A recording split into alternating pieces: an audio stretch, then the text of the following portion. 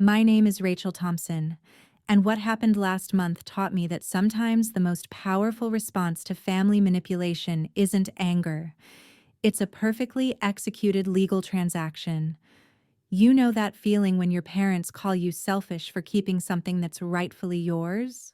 When they demand you sacrifice everything for the golden child who already has it all?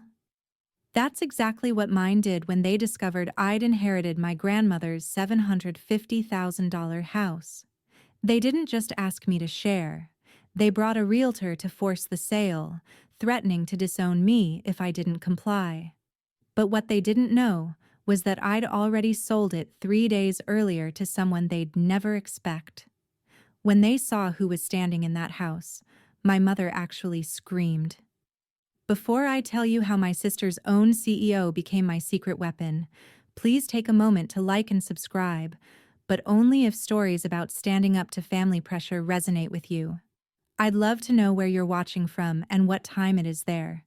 Are you a night owl like me, or catching this with your morning coffee? Now, let me take you back to where this all started. Growing up as the older daughter should have meant something, right? In most families, maybe. But in the Thompson household, I learned early that birth order meant nothing compared to who could charm their way into our parents' hearts. And that person was always Amanda. While I was taking the bus to public school at 7 in the morning, my parents drove Amanda to Crestwood Academy, the private school that cost more than most people's annual salary. Rachel's independent, Mom would say. She doesn't need what Amanda needs. Translation: Rachel doesn't deserve what Amanda deserves. I remember sitting at the kitchen table showing Dad my straight A report card. He glanced at it for maybe 2 seconds before asking, "Did you see Amanda's art project? She got selected for the city showcase." My perfect grades were expected. Amanda's every achievement was a miracle worthy of celebration. Ballet lessons, violin tutors, summer camps in Europe. Amanda got them all. When I asked to join the school debate team, which required a $200 fee, Dad said we needed to prioritize spending. That same week, they bought Amanda a $3,000 MacBook for her creative pursuits. But there was one person who saw through it all: Grandma Margaret. While my parents fawned over Amanda's rehearsals and recitals, Grandma would quietly slip into my room. "How's my brilliant girl?" she'd ask, genuinely interested in my robotics club projects and my part-time job at the library. "Why do they love her more, Grandma?" I asked one night when I was 15, after my parents missed my National Honor Society induction to attend Amanda's dance recital. She pulled me close, her lavender perfume wrapping around me like armor. "They don't love her more, sweetheart. They love themselves more. And Amanda reflects what they wish they were. You, my dear Rachel, reflect who they actually are. Hardworking, practical, unadorned, and that terrifies them." I built my life on those words. While Amanda floated through college on our parents' dime, I worked 3 jobs to pay my way through state school. While she found herself through 6 changed majors, I graduated with honors in accounting. Boring? Maybe. Practical? Absolutely. The day I got my CPA license, Grandma was the only one who came to celebrate. My parents were in Maui celebrating Amanda's engagement to a man she'd known for 3 months, an engagement that would end 4 months later, naturally. You'd think after years of being overlooked, I'd get used to it. But some moments cut deeper than others, leaving scars that remind you exactly where you stand in your family's hierarchy. My 24th birthday fell on a Saturday. I'd mentioned it casually a few times. Nothing pushy, just hoping for maybe a dinner together. That morning, I woke up to silence. No calls, no texts, nothing. Around noon, I saw Mom's Facebook post, "Shopping day with my baby girl. So blessed." The photo showed her and Amanda at Bloomingdale's, bags in hand, champagne glasses raised. It wasn't even Amanda's birthday month. When I graduated summa cum laude, my parents sent a text, "Congrats." When Amanda finally graduated 2 years late, barely scraping by, they threw a party for 50 people and hired a photographer. The invitation called it a celebration of our shining star's journey. But Grandma Margaret never forgot. Every achievement, every milestone, every small victory. She celebrated them all. She'd show up at my apartment with homemade lasagna when I passed my CPA exam. She framed my first business card. She even kept a folder of my college papers, telling everyone at her book club about her brilliant granddaughter, the accountant. "You're building something real, Rachel," she told me during one of our Sunday lunches. "Your parents might not see it, but I do. And someday, when I'm gone, you'll have more than just my love to remember me by." I thought she meant photos or maybe her jewelry. I never imagined she meant the house on Oakwood Lane where I'd spent every summer, every holiday, while my parents were too busy taking Amanda to competitions. The house where I learned to bake, to garden, to believe I was worth something. 3 bedrooms, 2 baths, a garden that bloomed year-round, and memories in every corner. When Grandma passed last year, I thought I'd lost my only real family. Then Attorney Davis called with the will reading appointment, and everything changed. But even then, sitting in that office, hearing my name called as the sole beneficiary of the house, I knew this wasn't the end of the story. Because in my family, what's mine has always been subject to committee approval, and the committee had always ruled in favor of Amanda. The real question was, would I let them do it again? The house wasn't just a building. It was $750,000 of prime real estate in one of Seattle's most desirable neighborhoods, 3 blocks from the tech corridor, walking distance to the light rail station, with a market value that had tripled in the last decade. But for me, it was the kitchen where Grandma taught me to make her famous apple pie, the back porch where we'd sit reading together in comfortable silence, the garden where she showed me that patience and care could make beautiful things grow. Every room held a memory of being seen, being valued, being loved without conditions. I'd been living in a cramped studio apartment in Tacoma, 45 minutes from work on a good day, an hour and a half when traffic reminded you why everyone hates the Puget Sound commute. The inheritance meant I could finally have stability, a real home, a place where I didn't have to worry about rent increases or roommates who forgot to pay utilities.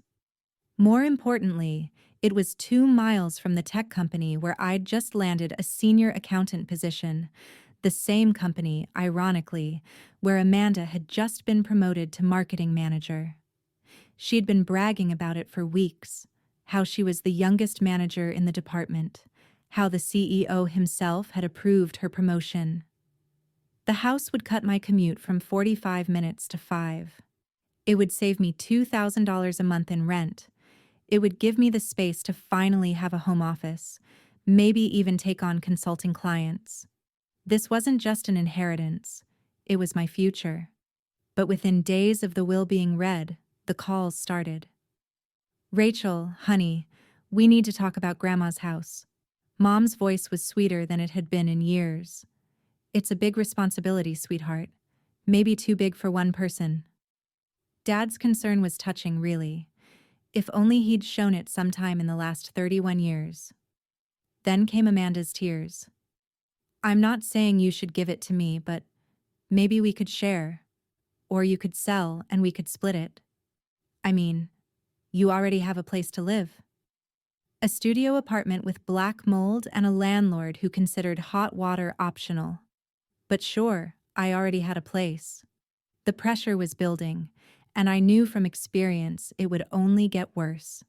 In the Thompson family, no was just the opening negotiation. The text messages started at 6 a.m. and didn't stop until midnight, every day for 2 weeks straight. "Family means sharing, Rachel. Don't be selfish. Your sister is starting a new life. She needs this more than you. Grandma would be disappointed in your greed." That last one almost made me laugh. Grandma, who explicitly left the house to me and only me, would be disappointed. The woman who once told me, "Your parents would sell your shadow if Amanda needed the money." Amanda's tears had evolved into full-blown hysteria. She'd call sobbing about how she and her new boyfriend, yes, another one, were ready to build a life together but couldn't afford a house in this market. How it wasn't fair that I got a free house while she had to struggle. Struggle in her luxury apartment that our parents paid for.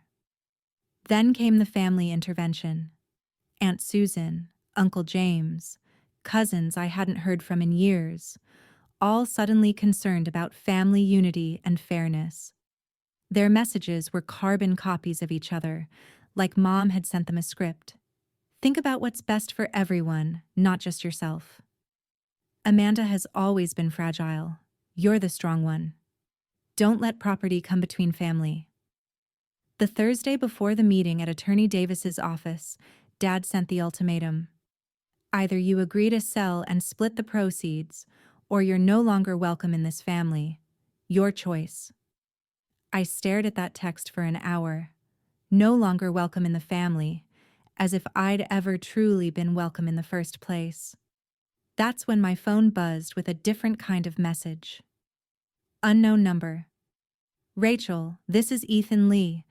I heard through professional channels you might be selling a property on Oakwood Lane. I'm very interested. Can we talk? Ethan Lee, my old study partner from college who'd gone on to build a tech empire. Ethan Lee, who was now CEO of the very company where Amanda had just been promoted. The universe, it seemed, had a sense of humor. I looked at Dad's ultimatum again, then at Ethan's message. For the first time in 2 weeks, I smiled. They wanted me to sell the house? Fine, but they never specified to whom. Hi, Ethan, I typed back. Yes, let's talk. But it needs to be confidential for now. His response was immediate. Understood. I can meet tonight. And Rachel, I remember how they treated you in college. This time, you call the shots. If you've ever been the family scapegoat, the one expected to sacrifice everything while watching the golden child get handed the world, drop a comment below. I want to hear your story. How did you finally stand up for yourself? Or are you still fighting that battle? And if this resonates with you, please hit that like button and subscribe. Your support means everything, especially to those of us who grew up being told we didn't matter. Now, let me tell you about the meeting that changed everything. The day my family thought they'd corner me, but walked straight into my trap instead. Attorney Davis's conference room felt smaller with my entire family crammed inside. Mom and Dad sat across from me like prosecutors. Amanda perched between them, tissues already in hand. Even Aunt Susan had shown up for moral support. The mahogany table reflected their determined faces. They'd come prepared for war. Before we begin, Dad announced, not waiting for Attorney Davis to speak. We've brought our own real estate agent. He gestured to a woman in an aggressive red blazer. Mrs. Carter has the buyers ready, cash offers. That's premature, Attorney Davis said calmly, adjusting her glasses. Not at all, Mom interjected. We're here to settle this as a family. The will was already settled, I said quietly. Wills can be contested, Dad shot back. Undue influence, mental capacity. We've consulted lawyers. Amanda started crying on cue. I can't believe you're making us do this, Rachel, after everything our parents have done for you. I wanted to laugh, or maybe cry. Instead, I kept my face neutral, the way Grandma taught me during our chess games. Never let them see your next move, she'd said. Rachel's being selfish, Mom announced to the room. One daughter hoarding property while the other struggles. I just want fairness, Amanda whimpered. Is that too much to ask? Mrs. Carter, the realtor, slid papers across the table. If we list today, I can have it sold within a week. The market is hot. Rachel hasn't agreed to sell, Attorney Davis reminded them. She will. Dad's voice carried that tone I knew too well, the one that preceded every ultimatum of my childhood. Because if she doesn't, she's out of this family. No holidays, no birthdays, no contact with future grandchildren, nothing. The room went silent. Even Aunt Susan looked uncomfortable. Mom reached over and squeezed Amanda's hand. Your sister needs this, Rachel. Her new position requires her to entertain clients. She needs a proper house, not that apartment. The apartment you pay for? I asked. That's temporary, Mom snapped, and it's none of your business. Attorney Davis cleared her throat. Perhaps we should get Rachel to sign, Dad interrupted. Today. Now. I looked at each of their faces, so confident, so sure they'd won. My phone vibrated in my pocket. A text from Ethan. Contract signed. Ready when you are. Actually, I said, standing up, there's something you should know. Sit down, Rachel. Dad's command voice, the one that used to make me freeze as a child. I remained standing. I need to tell you something. The only thing you need to tell us is yes, Mom said. Yes, you'll sell. Yes, you'll share with your sister. Yes, you'll stop being difficult. Amanda dabbed her eyes. I've already told Brad we might be house shopping soon. You're embarrassing me, Rachel. Brad, this month's soulmate. I wondered if he knew about Kevin from last month, or if that had been conveniently forgotten, like all of Amanda's inconvenient truths. Your sister has worked so hard for her promotion, Aunt Susan added. She deserves a house that reflects her new status. Unlike you, Dad said, his voice dripping contempt. An accountant living in a studio. What do you need with a 3-bedroom house? She probably wants to rent it out, Amanda suggested. Make money off Grandma's death. It's disgusting. The irony of Amanda calling anyone else money-hungry while demanding my inheritance almost broke my composure. Almost. Mrs. Carter pushed the papers closer. The offer is generous, more than fair market value. You'd each walk away with enough for a down payment. Each? I looked at the realtor. The house is mine. Don't be technical, Mom scolded. Family shares. Like you shared college tuition? I asked. Like you shared birthday celebrations? Like you shared attendance at graduations? Here we go. Dad rolled his eyes. Poor Rachel and her grudges. You got Grandma's attention, Amanda accused. Every Sunday, every holiday, you monopolized her. The least you can do is share what she left behind. Attorney Davis shifted uncomfortably. The will is clear. Wills can be broken, Dad stated. I've already spoken to lawyers. Undue influence is real. An old woman isolated by one granddaughter from the rest of the family. That's a lie, I said quietly. Is it? Mom challenged. You were always at her house, always filling her head with stories about how unfair we were, turning her against Amanda. My phone buzzed again. Ethan. En route, ETA 15 minutes. I looked at my family. These people who shared my DNA but had never shared my struggles, who demanded everything while offering nothing, who saw my inheritance not as Grandma's final gift, but as their entitlement. You want the house? I asked. Fine, let's go see it. The room erupted in suspicious murmurs. Dad's eyes narrowed. What are you playing at? No games, I said, checking my phone. But if we're doing this, let's do it at the house. You should see what you're so desperate to take. It's not taking if it's family, Mom corrected, already gathering her purse. Attorney Davis stood. I should mention that any decisions about the property will be made today. Dad cut her off. We're done waiting. The convoy to Oakwood Lane felt like a funeral procession. I drove alone while my parents, Amanda and Mrs. Carter, rode together, probably strategizing their final attack. Attorney Davis followed in her Lexus, looking increasingly uncomfortable with the situation. My phone rang through the car speakers. Ethan, you sure about this? They want to see the house? I replied. They're about to get their wish. The papers are all filed, recorded with the county yesterday. It's done, Rachel, he said. I know. I glanced in my rearview mirror at my family's car. How's the Tesla running? Parked in the driveway as we speak. See you in 10.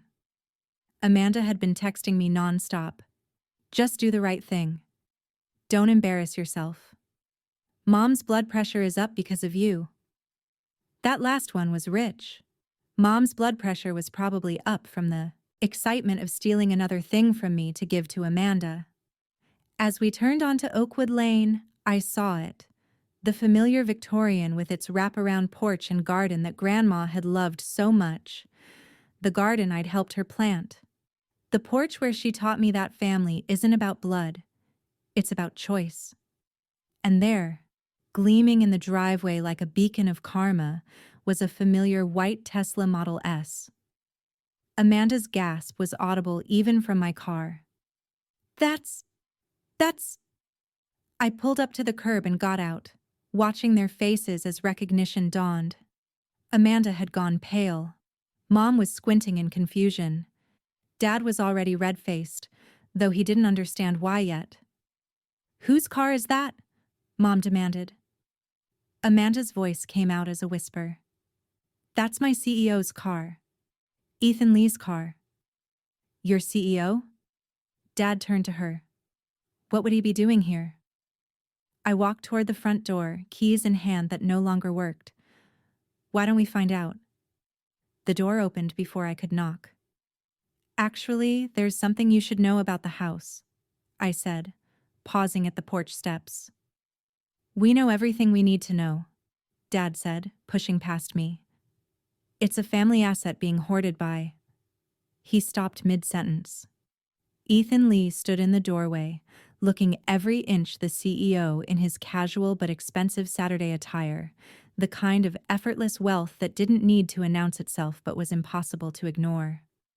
Mr. Lee, Amanda's voice cracked. Why are you... Ms. Thompson. Ethan nodded to her professionally, then turned to me with a warm smile. Rachel, perfect timing. Someone explain what's happening, Mom demanded, though her voice had lost its earlier confidence. Mrs. Carter, the realtor, stepped forward with her hand extended. Mr. Lee, I'm Rebecca Carter. I understand you're interested in... I'm not interested, Ethan said smoothly. I'm the owner. The silence that followed was beautiful, pure, shocked, disbelieving silence. Dad found his voice first. That's impossible. This house belongs to Rachel. Belonged, Attorney Davis corrected, finally speaking up. Past tense. 3 days ago, I added quietly. The sale was finalized 3 days ago. Amanda's face cycled through emotions like a slot machine. Confusion, disbelief, anger, fear. You sold it? You sold it to my boss? Technically, to his investment company, Ethan clarified. All perfectly legal. Attorney Davis can confirm. Davis nodded. I reviewed the documents myself. Clean sale, fair market value. Actually, above market value. You can't do this, Mom shrieked. We're your family. You had no right. Actually, she had every right, Ethan said, his tone still professional but with an edge. It was her property, her decision. But we had buyers, Mrs. Carter protested. Cash offers. Bit late, for that, Ethan observed. Dad's face had turned an alarming shade of purple. This is fraud, manipulation. You took advantage of her. Ethan laughed, actually laughed. Mr. Thompson, I paid $800,000 for this property, $50,000 above asking. If anyone was taken advantage of, it was me. But I wanted this specific house in this specific location. Why? Amanda whispered. and I could see her career flashing before her eyes. Ethan smiled. We're opening a satellite office for the marketing team. Your team, actually. The way Amanda swayed, I thought she might faint. A satellite office? Amanda's voice was barely audible. Here? The company's been looking to expand our presence in residential areas, Ethan explained, still standing in the doorway like he belonged there, which legally he did. Better work-life balance for our teams. This location is perfect. Dad stepped forward aggressively. You manipulated my daughter. This is illegal. We'll sue. Which daughter? Ethan asked innocently. Because Rachel approached me with a clean offer. I paid above market value. Everything's documented. You knew each other before, Mom accused. This was planned. We were study partners in college, I said calmly. Is it illegal to sell property to someone you know? When it's done to spite your family? Yes, Dad shouted. Attorney Davis cleared her throat. Actually, no, that's not illegal at all. 30 people had gathered on the sidewalk now. Neighbors Grandma had known for decades, watching the Thompson family drama unfold like a live soap opera. Mrs. Nguyen from next door had her phone out. Mr. Larson was openly grinning. Rachel, please, Amanda begged, tears streaming. This is my career, my future. Your career is fine, Ethan assured her, as long as you maintain professional standards. The threat was subtle but clear. Amanda caught it. Her tears stopped instantly. You vindictive little... Mom started toward me, but Attorney Davis stepped between us. I'd be very careful, Mrs. Thompson. Assault charges won't help your situation. What situation? Dad demanded. We'll contest this sale. Undue influence. Fraud. Something. On what grounds? Davis asked. That Rachel sold her legal property to a willing buyer? She did it to hurt Amanda. Mom cried. I did it to secure my future, I corrected. Just like you've always secured Amanda's. Mrs. Carter was backing toward her car. I should go. This is clearly a family matter. Not anymore, Ethan said. This is a business matter now. You haven't heard the best part, I said, finding my voice stronger than it had ever been with them. I have a 10-year lease agreement below market rent. I'll be living here while you... I looked at Amanda. Work here. Amanda made a sound like a wounded animal. You'll be here every day? Every single day, I confirmed. Your big promotion, your fancy new office, it'll be in Grandma's house with me as your landlord's tenant. This can't be happening, Amanda whispered, gripping Mom's arm. He can't make me work here. That's harassment, or something. Ethan's expression remained professionally neutral. The marketing team needs collaborative space. This house has been designated for that purpose. You're welcome to request a transfer to another team. Of course, the implied demotion hung in the air like smoke. You planned this together. Dad pointed between Ethan and me. This is conspiracy. It's business, Ethan corrected. Rachel needed a buyer. I needed a property. We both got what we wanted. What about what we want? Mom shrieked. What about Amanda's needs? What about them? I asked, genuinely curious. For 31 years, everything has been about Amanda's needs. Her education, her hobbies, her dreams, her failures that you paid to fix. When was it ever about what I needed? You never needed anything, Dad shot back. You were always independent, strong. You didn't need us because you never offered. The words exploded from me. I wasn't independent by choice. I was independent by necessity because every resource, every moment of attention, every penny went to her. The neighbors were recording everything now. Mrs. Nguyen had been joined by her daughter. The Larsons' teenage son was live streaming. We should discuss this privately, Attorney Davis suggested. No, I said. They wanted to humiliate me publicly. They brought a realtor to force a public sale. Let's keep it public. My phone buzzed. Ethan glanced at his. The movers are here, he announced. A truck pulled up. Two men began unloading office furniture, desks, chairs, a conference table. No, Amanda breathed. No, no, no. The team meeting is Monday, Ethan informed her. 9 a.m. sharp. Don't be late. I won't work here. Amanda stamped her foot like the child she'd never stopped being. I refuse. That's your choice, Ethan said mildly. HR can discuss your exit package if you prefer. Mom turned to me, her face twisted with rage. You've ruined your sister's life. Are you happy now? I haven't ruined anything, I replied. I sold my house. She still has her job. You still have your golden child. Nothing's changed except I'm no longer available to be your doormat. Dad stepped close, his voice low and menacing. You're done. You're out of this family. I met his eyes. Promise? Can you believe they actually thought they could force me to sell? What would you have done in my position? Drop a comment below. I genuinely want to know if you think I went too far or not far enough.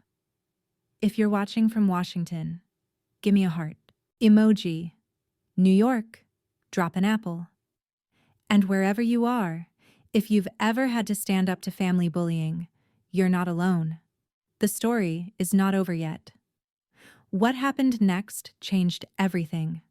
Not just for Amanda, but for every relationship in our family. Let me show you what real consequences look like. The drive to Grandma's house, my former house, Ethan's house, whatever we were calling it now, felt like a victory parade in reverse. My family followed in their car, Mom probably ranting, Dad likely planning legal strategies, Amanda definitely catastrophizing about her career. I parked and walked to the front door, using my key one last time before remembering it no longer worked.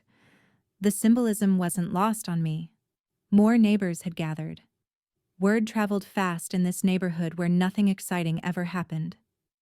Mrs. Tran from 3 houses down called out, "Margaret would be so proud of you, Rachel."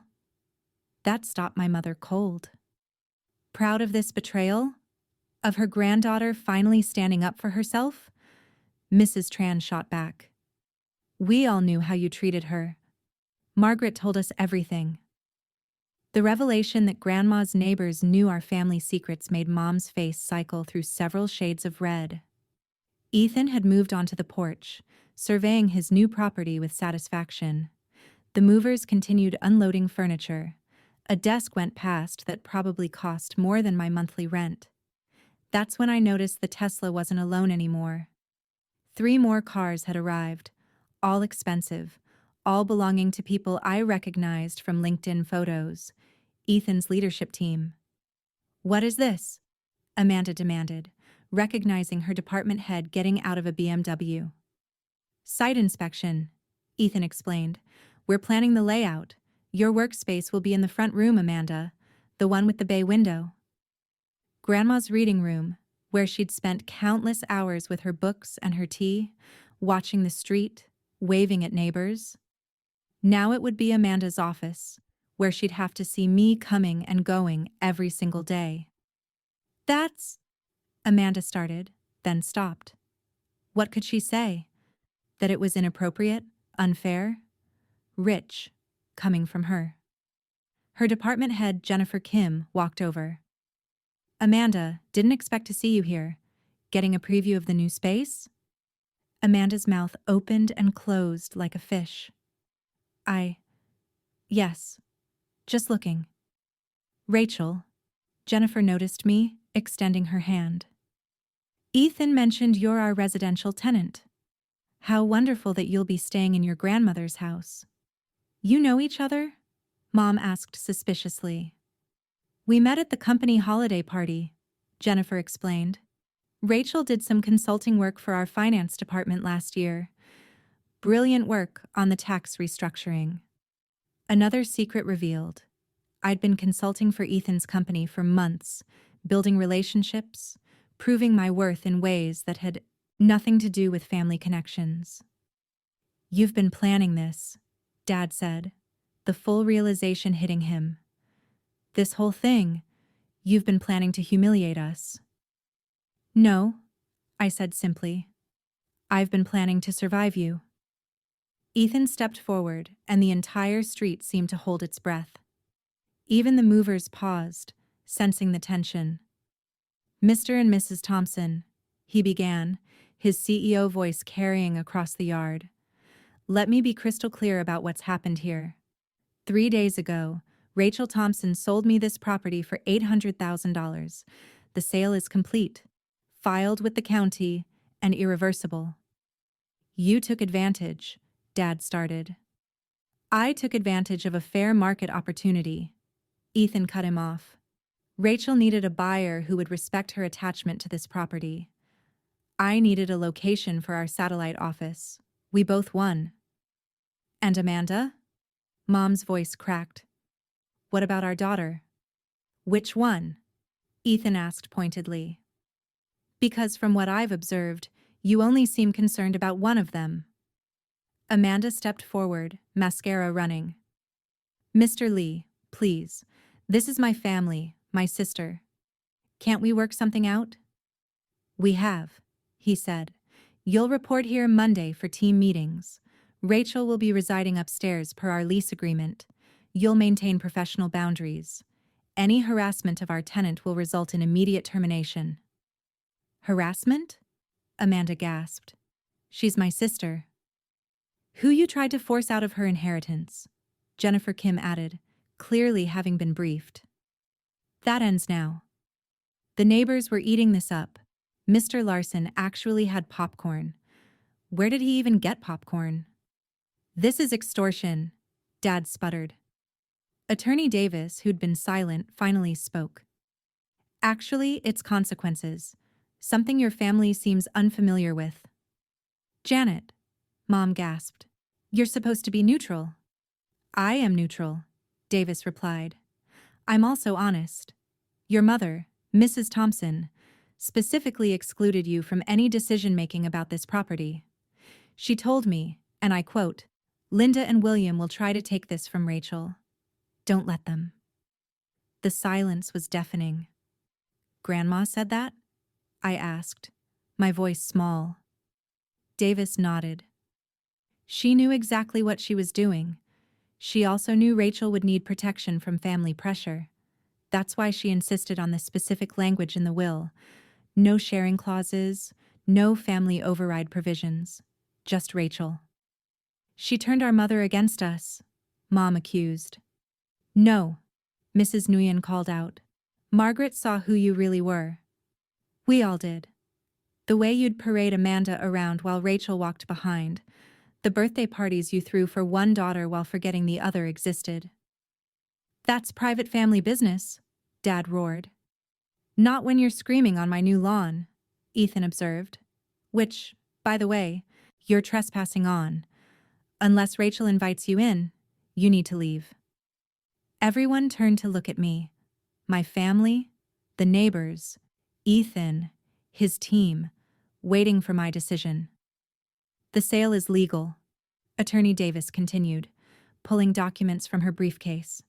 "Here's the deed transfer, filed with King County 3 days ago. The title search is clean, the purchase agreement signed and notarized. Every single document is in order." She spread them on the hood of her Lexus like evidence in a court case. "Rachel had full legal right to sell," Davis continued. "No liens, no encumbrances, no other claims. Your threats of contesting the will? Empty. The statute of limitations for undue influence claims requires proof of manipulation at the time of signing. Margaret was evaluated by 2 separate physicians before finalizing her will. Both confirmed she was of sound mind." "You knew about this?" Dad accused Davis. "I knew Rachel was considering a sale. It's not my job to inform you of her legal decisions." "But family," Mom started. "Has no legal standing here," Davis finished, Rachel owes nothing to you regarding this property. She never did. Ethan pulled out his phone. I have the wire transfer records here. $800,000 cleared 3 days ago. Would you like to see them? This is disgusting, Mom spat. Using money to destroy family bonds. The only thing destroyed here is your assumption that you could control Rachel forever, Ethan replied. I watched Amanda process everything. Her boss owned her new office. Her office was in the house she tried to steal from me. She'd have to see me every day, knowing I could have made her homeless with my inheritance, but instead chose to protect myself. There's more, I said quietly, finding my voice. The lease agreement includes a clause. I have right of first refusal if Ethan ever sells, at the original purchase price. What? Dad's head snapped toward me. It means, Attorney Davis explained, that Rachel can buy the house back for exactly what Ethan paid whenever he decides to sell. She's not just a tenant. She's a future owner with protected rights. That's... Mom struggled for words.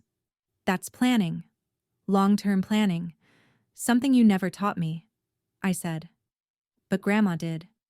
She said the best revenge isn't emotional. It's contractual. Ethan smiled. Your grandmother sounds like she was a wise woman. She was, I said, looking directly at my parents. She saw what you never did. That I wasn't weak because I was quiet. I was watching, learning, waiting. For what? Amanda asked. For the moment you tried to take the one thing that was truly mine. I gestured to the papers, the house, the witnesses. And look, here we are. So, let me understand this, Amanda said slowly, her marketing brain finally catching up. I have to work in this house. My office.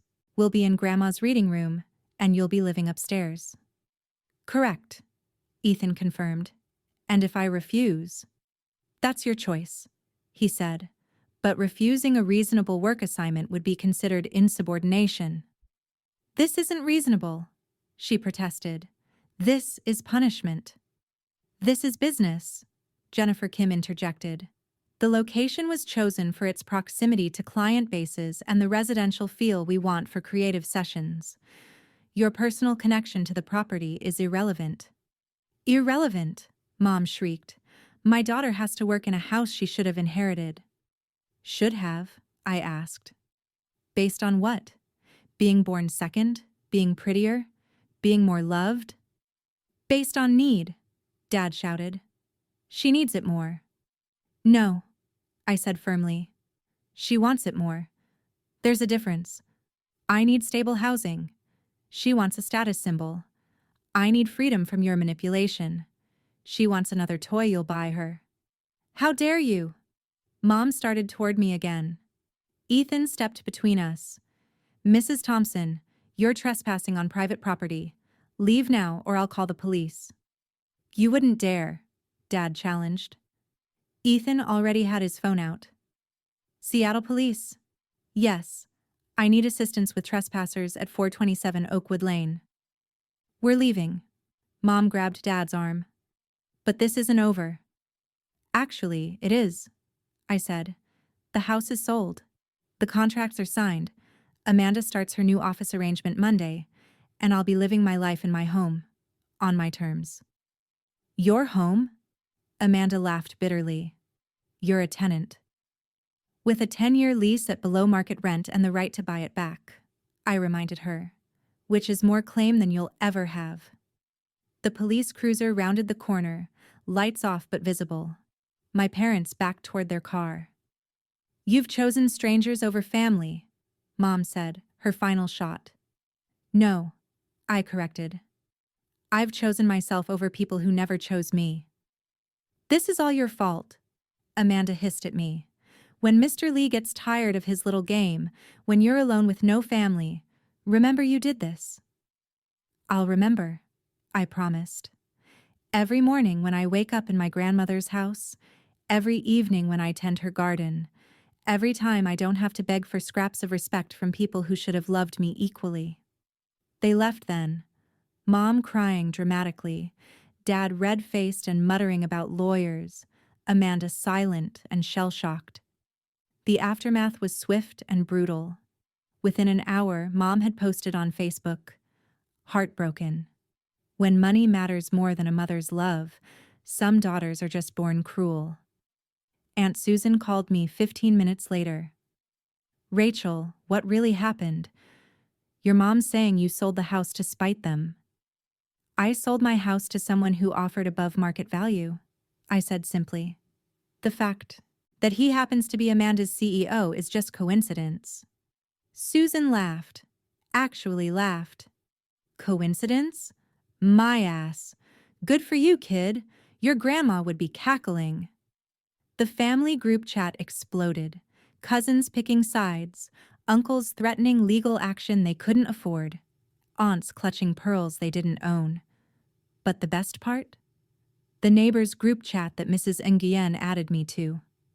Finally, someone stood up to those horrible people. Margaret always said Rachel was the smart one. Did you see William's face? Priceless.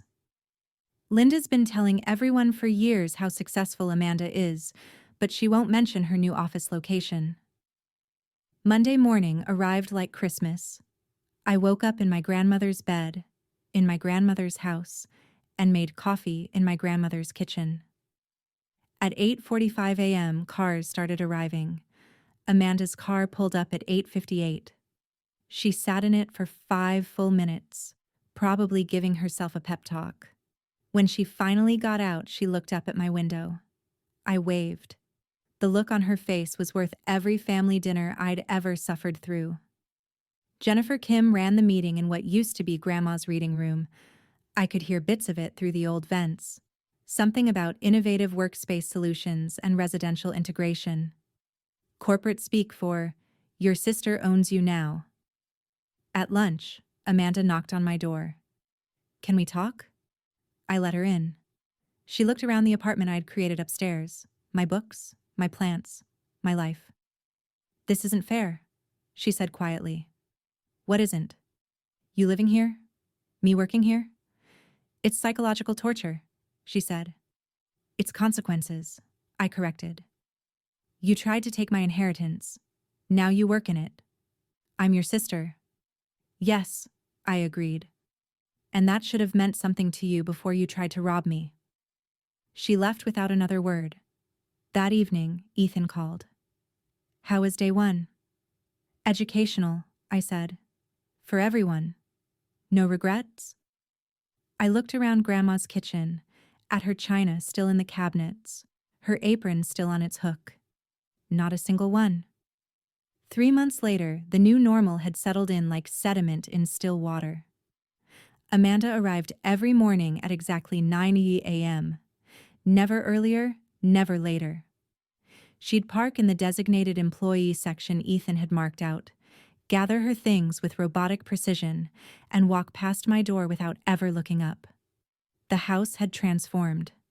Downstairs was all business, sleek computers, whiteboards, the constant hum of productivity.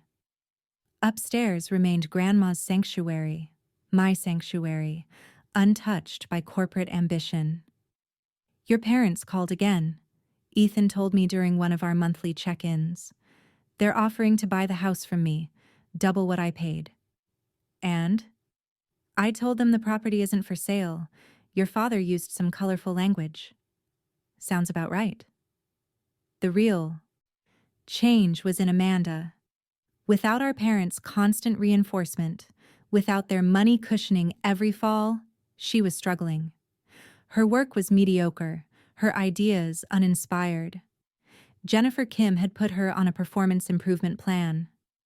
"She's never had to actually work before," Jennifer confided during a chance meeting in the garden. "Your parents' connections got her the job, but connections don't write marketing strategies." The family had fractured completely. Thanksgiving passed without a word. Christmas, too. Mom sent one text. "You're missing Amanda's engagement party." Brad apparently had proposed. Or maybe it was Blake. I'd stopped keeping track. But here's what I gained. Peace. Mornings with coffee in Grandma's garden. Evenings with books in her reading chair. After business hours, of course. Weekends tending the roses she'd planted, the ones that bloomed despite neglect, despite harsh weather, despite everything. You know what Grandma told me once? I said to Ethan during a property walkthrough. She said the Thompson family was like a garden where only one type of flower was allowed to bloom. Everything else got cut down or pulled out. And now I'm growing wild. The financial security helped too. Between my accounting job, consulting work, and the money I saved on rent, I'd accumulated more savings in 3 months than in the previous 3 years. Meanwhile, Amanda was learning what life looked like without parental subsidies. Her luxury apartment was gone, the designer clothes, the expensive car, all downsized. "It's not fair," she'd complained to a coworker, not knowing I could hear through the vents. "She got everything." "Didn't she inherit it?" the coworker asked. "That's not the point." But it was exactly the point. I'd inherited what was mine, and for the first time in my life, I'd kept it. 6 months after the sale, I found myself in Grandma's garden at sunset, planting the last of the spring bulbs. The corporate buzz downstairs had ended hours ago. The house was mine again, filled with the kind of quiet Grandma used to say was good for the soul. My phone rang. "Mom," she said, without preamble, "your sister lost her job today." "I'm sorry to hear that," I said, and meant it. Despite everything, I took no pleasure in Amanda's failures. "This is your fault." The stress of working in that house, seeing you every day, it destroyed her performance. Her performance was her responsibility. Family helps family, Rachel. Family respects family, Mom. You taught me that. Just not the way you intended. She hung up. Ethan called an hour later. Amanda's termination was performance-based, nothing to do with the property situation. "I wanted you to hear that from me." "I know," I said. "I've heard her work calls through the vents. She was coasting on charm in a job that required substance." "You could have helped her," he suggested gently. "I could have," I agreed. "But she never asked. She demanded, manipulated, cried, and threatened, but she never once just asked." That night, I found a box in Grandma's closet I'd missed before. Inside were letters, dozens of them, all addressed to me, but never sent. I opened one at random. "My dearest Rachel, I watch them dim your light, and it breaks my heart. But I see the fire in you they're trying to extinguish. It's not gone, just hidden. One day you'll have the chance to let it burn bright. When that day comes, don't hesitate. Don't feel guilty. Take what's yours and build the life you deserve. All my love, Grandma." The date was 3 years ago. She'd been planning this even then. The house was quiet now without the daily office chaos. Ethan had moved the marketing team to a proper commercial space after Amanda's departure. He'd only needed the house for 6 months to make his point, but my lease remained ironclad, 10 years of security at a rate that would let me save, invest, build. "You won," Amanda had texted me that morning. "Happy?" "I'm free," I'd responded. "There's a difference." The garden bloomed around me as spring arrived in full force. Every plant Grandma had loved, every flower she'd tended, came back stronger than ever.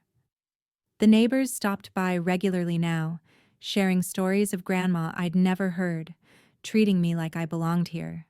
Because I did. "Your parents are selling their house," Mrs. Nguyen mentioned over tea. "Moving to Nevada," said something about starting fresh where no one knows their business. "Running away." It's what they did best when reality didn't match their narrative. But I wasn't running anymore. I was planted here in Grandma's house, in her garden, in the life she'd made possible for me, not out of spite or revenge, but out of love. Self-love, the kind Grandma had tried to teach me, the kind my parents had tried to beat out of me, the kind that bloomed anyway. Family isn't who you're born to, Grandma had written in another letter. It's who stands by you when standing by you costs them something. By that definition, I'd lost nothing and gained everything. Thank you for listening to my story. I know it was long, but family drama always is, isn't it? If you've ever had to choose between keeping the peace and keeping your self-respect, I'd love to hear about it in the comments. What boundaries did you have to set? What did it cost you? What did you gain? And if you think I did the right thing, hit that like button. If you think I went too far, tell me why. I genuinely want to understand different perspectives. Subscribe if you want more stories about standing up to family manipulation with strategy, not screaming. Until next time, remember, the best revenge is a legally binding contract.